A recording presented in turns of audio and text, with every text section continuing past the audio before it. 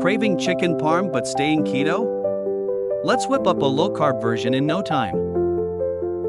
Start with 4 chicken thighs, flatten them out.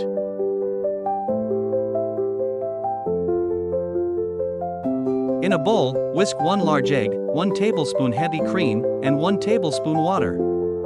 Set it aside. Next, grab another bowl. Mix 3/4 cup parmesan, a 1/4 cup unflavored protein powder, 2 tablespoons oregano, 1 tablespoon garlic powder, and 1/2 tablespoon white pepper.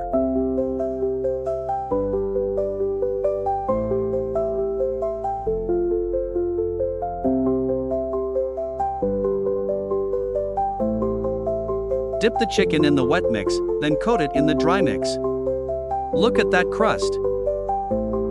Heat 3 tablespoons of lard in a pan, fry those beauties until golden and cooked through.